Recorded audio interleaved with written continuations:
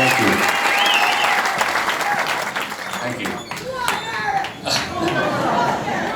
You know that moment in the evening where you've waited too long to go to the toilet, you know?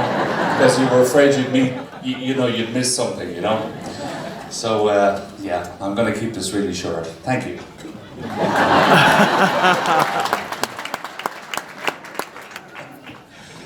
Oh God, I practiced that all day. God, thank you so much. Everybody, every single person who means the world to me is here tonight, with one or two exceptions. Even my doctor is here tonight. I love him to bits. Thank you. Oh, thank you so much. You know something, I could tell you so many stories. I don't know whether you have time to listen to some of them, but you know. Okay. The babysitter's going to get overtime then, yeah? Yeah. There are people here tonight I haven't seen for maybe 20, 30, 40 years. I'm 57, you know? And, last February I got a bit of bad news, but you know, sometimes bad news is good news. It kind of makes you realize that life needs to be focused more importantly on in terms of what's really, really crucial, you know, and sometimes it's not exactly what you think it is. I was asked about 2 weeks ago, how did I get into radio? And when I was 14 and a half, I'll tell you a good story. I was kind of in school. I was studying for my intercert. Who remembers the intercert? Who remembers the junior cert? Yeah. All right. You should be at home. But all I ever wanted, because I was raised on the music of the late 60s and the 1970s, and there are 4 guys here who are my greatest friends in the 1970s. There's Pat and Dave, and there's Noel, and there's Paul, and we used to... Where are you guys? These are the guys... We used to listen, I haven't seen these guys in decades, but we used to listen, we used to sort of share music together. Queen, and ELO, and Elton John, and I have to admit I was a fan of the Dooleys. Who's remember the Dooleys? Don't raise your hand so high. I think I'm going to fall in love with you. And when I was 14 and a half, I rang RTE because all I wanted to be was a DJ, okay? And everybody else was studying to be in good, pensionable jobs as they were back in the 1970s, but I wanted to be a DJ. So I rang RTE, Radio Ireland as it was known, back in 1975. And I said to the girl who answered the phone, I said, could you put me through to somebody in your radio section? Now this was when we had phones at home, landlines. Remember the phone on the hall table? A&B. Ronan, do you remember it? Yep. And I got put through to another section, and a guy with a really cheerful voice answered the phone, and he said, how can I help you? And I said, I would like to be a DJ.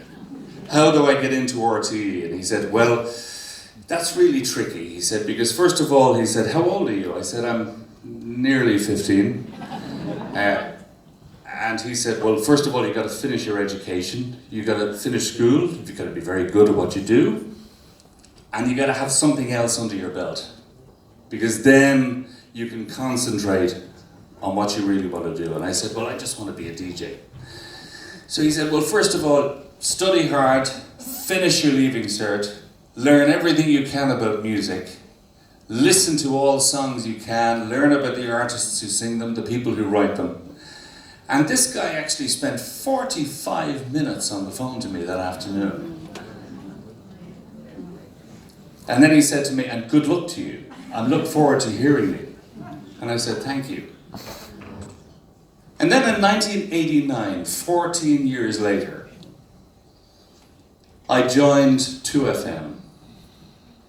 And I sat around a table with some of the greatest people I had ever listened to in my life. Jerry Ryan, Ian Dempsey, Tony Fenton, Larry Gogan, Dave Fanning, Barry Lang, Mike Maloney. There were so many of them. And Larry Gogan leaned over to me and he said, "I'm Larry Gogan."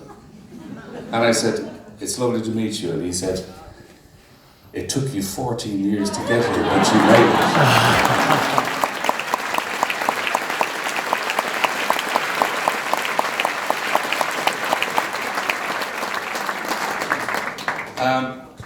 I want to thank Pat Egan.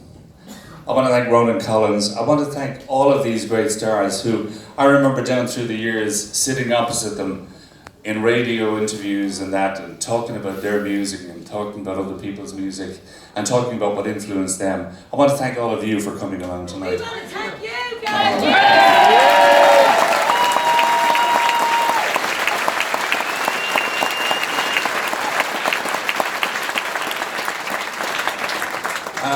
I want to thank Paula. Thank you so much for organising this with Pat. It wouldn't have happened without you. I want to thank my daughters, Katie and Avian, who are here tonight. I love you both so much. I want to thank my family. I want to thank David and Amy and their families, my brother and my sister. I also want to remember, I'm not going to go on too long. I want to remember my dad who passed away in April. He would have been here tonight. I miss him. I thought I would be back on Christmas FM. I can't. I've been told I can't do it. Yeah, I know, yeah. And, you know, even though my health at the moment is reasonably good, I don't know what the journey ahead holds for me, but I'm very, very positive. I'm very, very positive. And you know something? Seeing Shay here tonight was for me.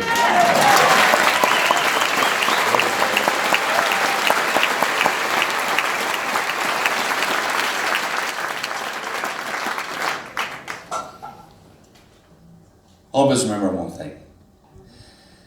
If you believe everything you're told, then you'll never believe what you know is true.